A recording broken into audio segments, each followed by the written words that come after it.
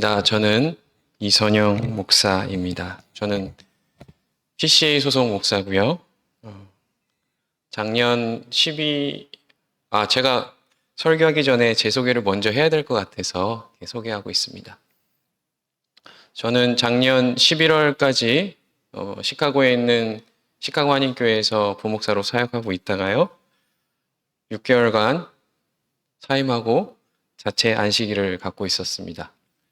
제가 왜 이곳에 왔냐라고 했을 때 최재봉 목사님에 대해서 제가 전혀 모릅니다. 전혀 모르지만 목사에게 안식이 얼마나 중요한지 잘 알기 때문에 그 소식을 듣고 설교를 해야겠다라는 마음을 갖고 설교를 요청하셨을 때 기꺼이 응했습니다. 저는 커버넌트에서 수학했고요. 여기에 주민이기도 했었습니다. 그리고 저희 아들은 여기 출신입니다. 완전 주이시에서 태어났습니다.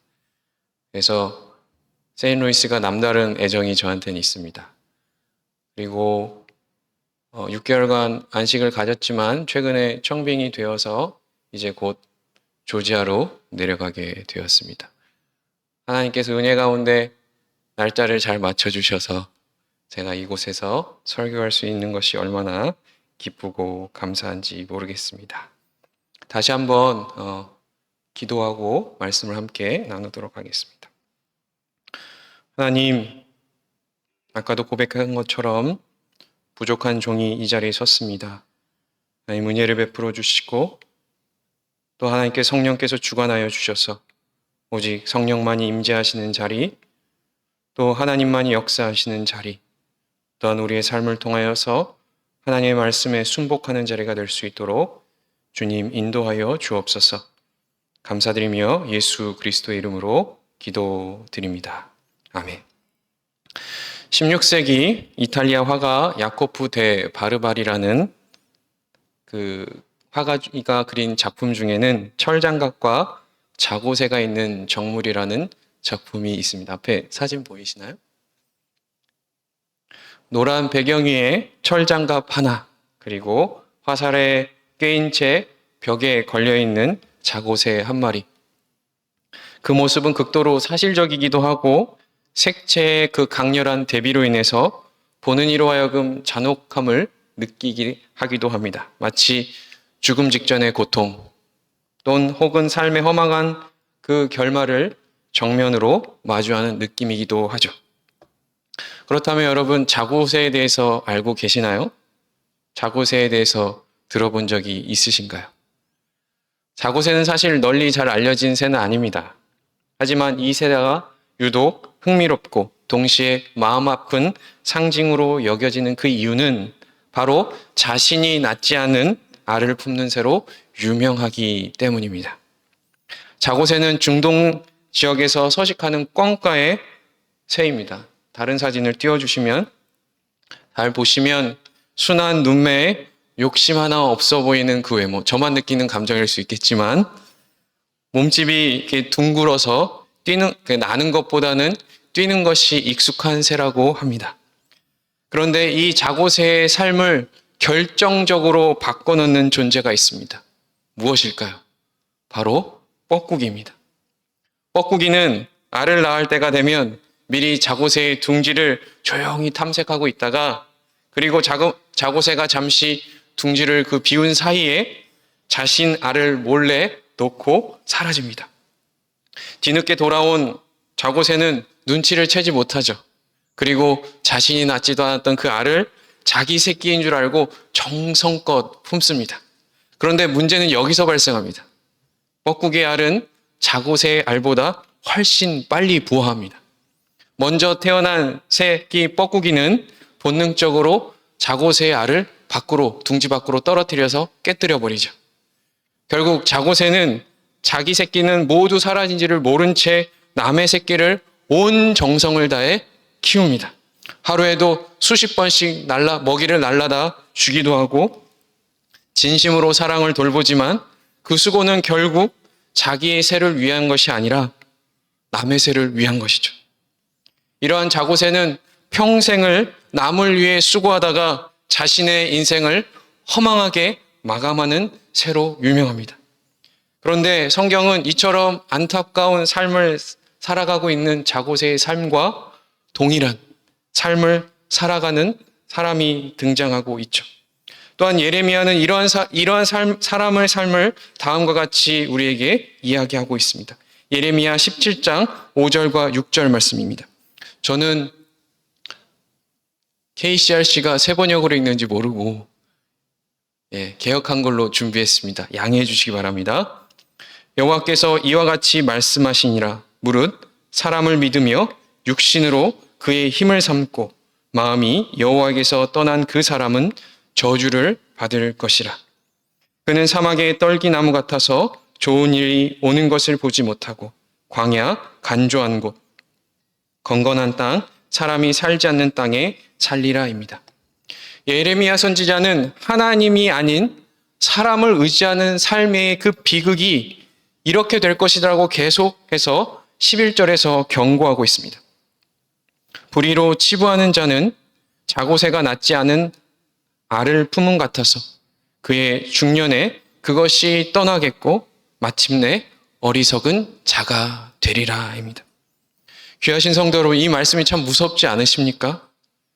불의한 것을 지켜낸 것조차 결국 자신의 손에 남지 않을 것이며 끝내는 어리석은 인생으로 평가받을 것이란 이 하나님의 선언 말입니다. 자기 자신을 의지하는 인생은 자고새처럼 무엇인가를 애쓰고 버티고 지켜낸다고 생각하지만 결국 그 모든 것이 자기의 것이 아니었음을 알게 될 날이 반드시 오게 될 것이라고 성경은 우리에게 경고하고 있습니다. 그날 우리는 이렇게 말하는지도 모르겠습니다. 내가 무엇을 붙들고 살아왔던가?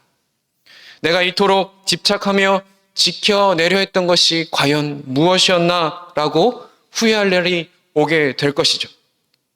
하나님을 의지하지 않는 삶은 마치 광야의 뜨거운 바람 속에서 오아시스를 찾는 인생과 같이 모든 것을 다 찾아 헤매지만 끝내 죽음의 땅에 도달하는 인생과도 같다라고 성경은 우리에게 가르쳐주고 있는 것이죠. 그런데 이 자고새 같은 인생을 성경 속에서 살아갔던 인물이 등장하고 있는데요. 그 인물은 바로 나오미의 시어머니, 룻의 시어머니 나오미였습니다. 오늘 본문은 아니지만 룻기 1장 1절은 이렇게 시작합니다. 사사들이 치리하던 때에 그 땅에 흉년이 드니라. 유다 베들레헴에 한 사람이 그의 아내와 두 아들을 데리고 모압 지방에 가서 거류하였는데입니다. 이 짧은 구절을 보면 나오미가 어떠한 선택을 하며 살았는지를 압축적으로 보여줍니다. 바로 자신의 인생이 자신이 주인이 되어서 스스로 길을 만들고 방법을 선택한 사람이었습니다. 실제로 베들레헴에 흉년이 들자 그녀는 어떤 선택을 했을까요? 그녀는 하나님께 묻기보다는 남편이 제안한 그 길을 따라 하나님의 땅을 떠났다라고 성경은 기록하고 있죠. 그러면서 그녀는 이렇게 말했을 수도 있을 것입니다. 모압 땅의 서만이라도 먹고 살 수 있다면, 내 가족만 지킬 수 있다면 나는 무엇인지 할 수 있어 라고 말이죠. 그렇게 스스로 문제를 해결하겠다는 신념 하나로 하나님의 땅을 떠나게 되죠. 그러나 그 결과는 그녀가 바랬던 것과 너무 다른 결과를 마주하게 됩니다. 그녀의 이름은 나오미였지만 결국 마라로 이름을 바꾸게 되죠. 모든 것을 가지고 또한 모든 것을 지키려 떠났지만 돌아올 때는 그녀는 남편도 아들도 소망도 다 없이 빈손으로 돌아오게 됩니다. 사랑하는 성도 여러분, 이 나오미의 이야기는 단순한 과거의 비극만이 아님을 우리는 기억해야 합니다. 이것은 오늘 우리를 살아가는 자화상이기도 합니다. 아니, 더 깊이 들여다보면 이것은 아담 이후 하나님을 주인으로 삼지 않았던 모든 인류의 역사가 기록하고 있는 것이죠. 사람이 늘 스스로가 주인이 되어 살고자 했던 그 선택은 언제나 예외 없이 비극으로 결말을 맺게 됩니다. 그 증거는 바로 죽음이 아니던가요? 우리가 모든 것을 쟁취하려고 내 모든 삶을 가지고 발버둥 쳐봐야 우리의 모든 것을 다 빼앗아 버리는 죽음 말입니다. 여러분, 오늘 이 자리에 우리 중 누구라도 여전히 하나님이 주인이 아니라 자기가 스스로의 인생의 주인이 되어 살아가고 있다면 자고새처럼 결국 모든 것을 빼앗겨 버리는 파멸을 맞게 될 것입니다. 그동안 움켜쥐었던 손, 그 손이 마지막에는 텅 빈 것을 움켜쥐었다는 것을 우리는 발견하기, 그 날이 오기 전까지 우리는 깨달아야 하죠. 우리는 결단해야 합니다. 과연 나는 누구를 의지하며 살아가고 있는가? 과연 내 삶의 주인은 누구인가? 지금 내가 품고 있는 그것은 과연 하나님께서 내게 주신 것인가? 아니면 내 열망과 의지가 만들어낸 그 무엇인가? 라고 말이죠. 우린 정직하게 이 질문 앞에서 우리 자신을 돌아봐야 합니다. 그러면서 하나님께서 우리에게 무엇을 요구하는지 우리는 기억해야 합니다. 하나님이 우리에게 요구하시는 것은 다만 하나님 한 분만을 우리의 인생의 주인으로 섬기길 원하십니다. 사랑하는 성도 여러분, 실제로 하나님은 나오미를 내버려 두지 않으셨죠. 모든 것을 잃고 자신의 인생을 말아, 즉 쓰디쓴 인생이라고 고백할 수밖에 없었던 그녀, 스스로 선택해서 했던 그 모든 것을 다 망쳐버렸다는 그 인생 가운데 하나님의 선대하심이 다시 시작하는데, 그것을 우리는 바로 복음이라고 이야기합니다. 복음은 실수 없는 인생, 죄를 짓지 않는 인생에게 주어진 하나님의 상급이 아니고 보상도 아닙니다. 비참한 자신의 삶의 무게를 감당할 수 없는 인생에 찾아오는 하나님의 은혜라 말할 수 있겠죠. 룻기 1장 6절은 이렇게 기록합니다. 그 여인이 모압 지방에서 여호와께서 자기 백성을 돌보시사 그들에게 양식을 주셨다함을 듣고 이에 두 며느리와 함께 일어나 모압 지방에서 돌아오려 하여입니다. 여기서 돌아오려 하였다라는 말은 단순히 지리적 이동이 아닙니다. 그녀의 마음의 방향이 지금 하나님께로 바뀌기 시작했다는 것이고, 모압 땅에서 비록 하나님을 향해 이제 눈을 들기 시작했을 때, 아니 더 정확히 말하면 하나님의 은혜가 모압 땅에 있던 그녀를 부르시사 당신의 땅으로 돌이키셨을 그때 하나님의 은혜가 시작되고 있다라고 이야기하고 있죠. 이러한 은혜가 룻기 전체를 통해 증거되고 있는데요. 그 은혜의 절정이 바로 오늘 우리가 읽었던 본문에 담겨져 있습니다. 14절과 15절 말씀을 제가 읽어드리도록 하겠습니다. 찬송할지로다 여호와께서 오늘 내게 기업 물을 자가 없게 하지 아니하셨도다. 이 아이의 이름이 이스라엘 중에 유명하게 되기를 원하노라. 이는 내 생명의 회복자이며 내 노년의 봉양자라. 곧 너를 사랑하며 7 아들보다 귀한 내 며느리가 낳은 자로다. 여인들은 증거하죠. 나오미가 하나님께 받은 가장 큰 은혜는 바로 보아스와 룻 사이에 태어난 그 어린아이 오벳이라고 말이죠. 오벳은 그녀의 생명을 다시 일으켜준 회복자요, 또한 그녀의 노년의 그 고단한 인생을 돌보할 수 있는 봉양자이기도 했습니다. 사실 모압 땅에서 남편과 두 아들을 모두 잃고 과부의 몸으로 돌아왔던 나오미는 장래를 꿈꿀 수조차 없었던 비참한 인생입니다. 희망도 없고 미래도 없는 절망적 인생이죠. 여러분, 우리가 가끔 성경을 읽다 보면 졸리는 구간들이 가끔 생기는데요.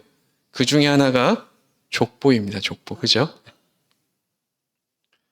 내 족보도 잘 안 보는데 남의 족보 봐서 뭐 하겠냐라는 생각에 그냥 우리는 스킵을 하죠. 그러나 성경 속 족보에서 우리에게 가장 중요한 진리가 있는데요. 그것은 바로 오늘의 나라는 존재는 과거의 세대의 삶에 뿌리를 두고 있다는 것이죠. 우리 중 누구도 스스로 존재하지 않습니다. 나를 낳아주고 길러준 세대, 또한 그들의 땀과 수고 없이는 오늘의 나는 없습니다. 그리고 오늘의 내가 있기에 내일의 다음 세대가 존재하는 것이죠. 그렇기 때문에 당시 나오미에게 남편과 아들의 생명을 이어갈 존재가 없다는 것은 그저 사랑하는 사람들이 죽었구나 그 슬픔을 넘어서 인생의 근간을 흔들어버리는 심각한 문제였습니다. 하지만 하나님은 나오미의 인생을 그렇게 비극으로 끝나지 않도록 룻과 보아스를 통해 한 아들 오벳을 허락하셨죠. 그를 통해서 엘리멜렉의 이름은 이스라엘 공동체 안에서 이제는 지워지지 않고 그 가문은 다시 보아스와 룻의 아들이었던 오벳을 통해 이어지기 시작합니다. 자신의 남편과 또한 자신이 모든 것을 다 잃어버렸던 것을 하나님께서는 그 오벳을 통해 다 회복시켜 주시죠. 그러나 우리가 이 말씀 속에서 보아야 할 것은 오벳은 단순히 그녀가 잃어버렸던 어떤 것, 또한 그녀가 놓쳐버렸던 그 가문의 영광을 다시 일으켜주는 존재로만 이곳에 서 있지 않다라는 것이죠. 룻기의 마지막은 놀랍게도 우리가 보았듯이 족보로 끝맺습니다. 그리고 그 족보의 마지막 이름은 이스라엘 역사상 가장 위대했던 왕 다윗이 등장하고 있죠. 이 족보는 단순히 혈통의 나열이 아니었습니다. 다윗 왕과 그 왕조가 이제 그녀를 통해서 나오미를 통해서 시작되고 있다는 것을 우리에게 보여주고 있는 것이죠. 더 나아가 이 족보는 나오미의 자녀였던 오벳을 통해 이스라엘의 왕국을 넘어서 이제는 하나님의 아들이었던 예수 그리스도가 이 땅 가운데 올 것이라고 이야기하고 있는 것입니다. 그래서 이 족보를 보면 우리는 얼핏 이렇게 해석할 수도 있습니다. 자신의 힘을 의지했던 나오미의 가문이 몰락할 뻔했지만 회개하고 돌이키자 하나님께서 은혜를 베풀어 주셔서 하나님이 그녀를 망한 가문에서 로열 패밀리로 바꿔주셨다라고 우리는 해석할 수도 있을 것입니다. 어떠한 실수를 한 인생도 하나님께 돌이키기만 한다면, 하나님 품으로 돌아가기만 한다면, 하나님을 찾기만 한다면 하나님께서 넘치는 은혜로 우리의 인생의 문제를 은혜로 다 회복해 줄 수 있다라는 것으로 우리는 이해할 수 있다라는 것이죠. 이 말은 전혀 틀린 말은 아닐 것입니다. 하지만 오늘 우리가 이 사건을 통해서 절대로 놓치지 말아야 할 사실은 보아스가 다윗의 증조 할아버지라는 사실이 곧 나오미에게 임한 은혜의 본질이 아니라는 것입니다. 마라와 같았던 그녀의 인생이 복된 것은 하나님께서 이 나오미 가문의 몰락을 막고 명문가로 바꿔주셨다라는 그 의미가 아니라는 것이죠. 우리도 이렇게 생각할 수 있을 것입니다. 우리의 삶, 고난의 또한 문제의 연속일 수 있겠죠. 그러나 우리가 이 자리에서 회개하고 돌이킨다면 하나님께서 우리를 건지시고 회복시켜 주실 것입니다. 그러나 회개하면 성공한다는 식의 어떻게 보면 성공 간증이 이 이야기의 핵심이 아니라는 것입니다. 그러니 나오미가 하나님께 돌이켜 회개했더니 하나님께서 그의 인생을 완전히 바꿔주셨다라는 식으로 이 이야기를 축소하지 마시기 바랍니다. 이 해석은 성경이 말하고자 했던 그 내용의 본질을 훼손하는 것입니다. 오히려 우리가 지금 나오미의 인생이 가장 복되다라고 말할 수 있는 그 이유는 마태가 우리에게 보여주고 있듯이 그녀의 가문을 통해 다윗이 낳았고 또한 그녀의 가문을 통해서 이제 예수 그리스도께서 이 땅에 오셨다는 그 사실 하나 때문입니다. 예수님은 바로 마라와 같은 그녀의 인생에 들어오셨습니다. 하나님은 자고새같이 연약하고 어리석은 한 여인을 통해 온 인류를 구원하실 메시아를 이 땅에 보내주셨습니다. 이것이 복음이죠. 이것이야말로 나오미에게 임한 가장 큰 축복입니다. 그리고 이 복음은 나오미만을 위한 은혜가 아니었습니다. 지금 이 자리에서 자고새와 같이 무력하고 어리석은 삶을 살아가고 있는, 그래서 여전히 자기가 자신의 인생의 주인이 되어서 살아가고 있는 저와 여러분을 위한 하나님의 은혜의 선포입니다. 그러니 복음은 여전히 오늘 삶의 무게만을 해결해달라고 외치는 것이 전부인 우리에게 당신의 아들을 내어주신 것입니다. 복음은 여전히 육신의 성공과 세상의 평화만을 강구하고 있는 우리들을 향해서 하나님이 당신의 전부를 내어주신 복음입니다.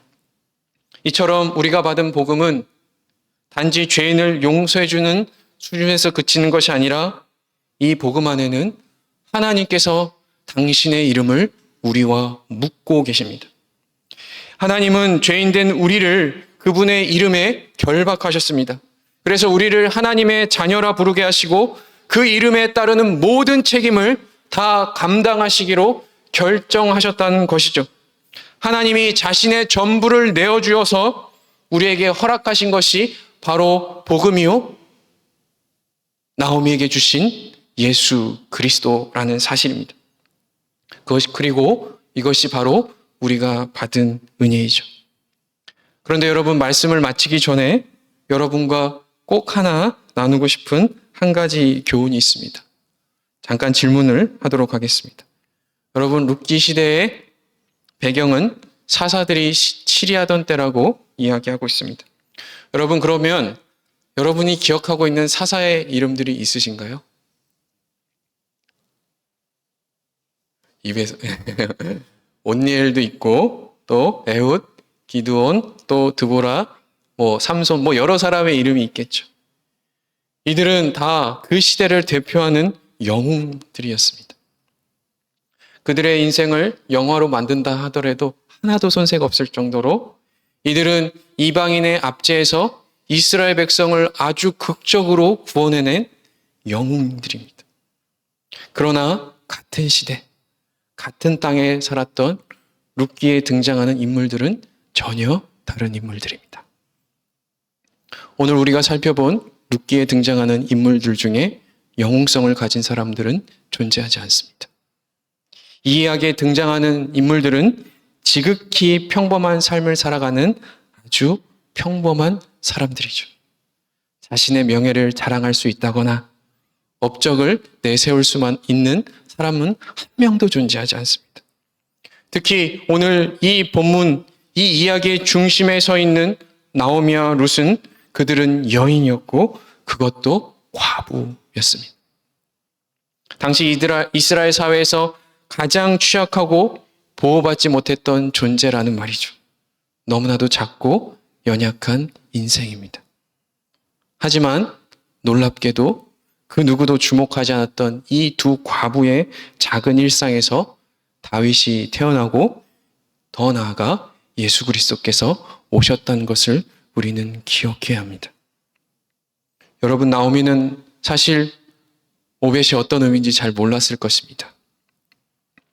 그녀는 오벳이 자신의 인생에서 어떤 은혜를 주고 또 어떤 감격을 주고 어떠한 축복을 주는지 그녀는 정말 몰랐을 것입니다. 그저 자신이 이제 늙고 과부였으니 나를 돌봐줄 한 손자로 봤겠죠. 저는 나오미를 비난하는 것이 아닙니다. 그만큼 나오미는 스스로 자신을 돌아보아도 자신의 인생에 소망이 없고 자랑할 것이 없다라고 생각했던 여인이라는 말이죠. 그러나 하나님은 그 아무도 주목하지 않았던 나오미의 품에서 태어난 아이를 통해 이스라엘의 왕가를 잇게 하셨고 더 나아가 예수 그리스도를 통해 온 인류에게 구원을 허락하셨습니다. 사랑하는 성도 여러분, 오늘 예배 드리는 우리의 모습도 사사시대의 사사들이 아니라 바로 나오미의 모습과 닮아 있다는 것입니다.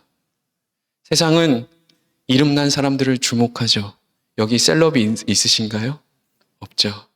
다 지극히 평범한 사람들입니다. 하루가 멀다 하고 뉴스와 미디어는 화려한 인생들만 조명하죠. 그런데 반해 오늘 여기에 앉아 계신 분들 중에는 시간이 어느덧 은퇴할 때가 되었는데 은퇴 이후의 삶에 대한 준비가 되지 않아서 언제 이 경제적 압박에서 벗어날 수 있을까 늘 고민하는 분이 계실 것입니다. 누군가는 성적이 좋지 않은 아이들 때문에 골머리를 썩고 있는, 그래서 학원비라도 또 학원이라도 더 잘 보내야 되나라는 생각 속에서 나는 얼마나 더 일을 해야 하나, 학원을 보내기 위해서. 아니면 우리의 생활비를 얼마나 더 줄여야 하나 고민하는 부모도 계실 것입니다. 누군가는 같은 출발선상에서 시작한 것 같은데 시간이 지날수록 주변 사람들보다 뒤떨어지는 내 자신을 바라보면서 내 삶이 어디서부터 잘못되었나 매일 밤 고통 속에서 되뇌이는 분도 계실 것입니다. 그러나 여러분 기억하십시오. 누구도 알아주지 않는 평범한 삶일지라도 하나님은 그 삶을 통해 하나님의 나라를 세워가고 계십니다. 하나님은 사사들만이 아니라 나오미와 같은 인생을 통해서 구속의 역사를 이루셨습니다. 바로 이것이 우리에게 주어진 복된 소식이죠. 아무도 주목하지 않는 인생, 사랑받을 자격조차 없는 죄인, 절망의 끝에 서 있는 우리를 향해 하나님은 여전히 복음을 말씀하고 계십니다. 그러니 사랑하는 성도 여러분, 여러분의 인생이 작다고 자신을 폄하하지 마십시오. 그 생각은 하나님의 뜻이 아닙니다. 우리를 위해 아들을 내어주신 하나님께서 어찌 우리가 살아가고 있는 오늘의 삶을 모른다 하시게. 하나님은 지금도 우리의 이름을 아시고 우리의 눈물을 샘하고 계십니다. 세상이 알아주지 않아도 사람들이 지나쳐도 하나님은 단 한 번도 우리를 지나치신 적이 없다라는 것이죠. 그분의 시선은 여전히 우리의 삶 위에 머물러 계십니다. 그분의 손은 오늘도 저와 여러분을 붙잡고 계십니다. 그러니 낙심하지 마십시오. 이 사실 하나면 충분합니다. 하나님이 나를 아시고 나를 귀히 여기신다는 그 진리 하나면 우리는 오늘도 다시 걸을 수 있습니다. 다시 소망할 수 있고 다시 살아낼 수 있습니다. 말씀을 맺으며 저는 여러분에게 한 장의 사진을 보여드리고자 합니다. 제가 찍은 사진은 아니고요. 높은 산 바위 뒤편에 인적 드문 곳 홀로 핀 들꽃.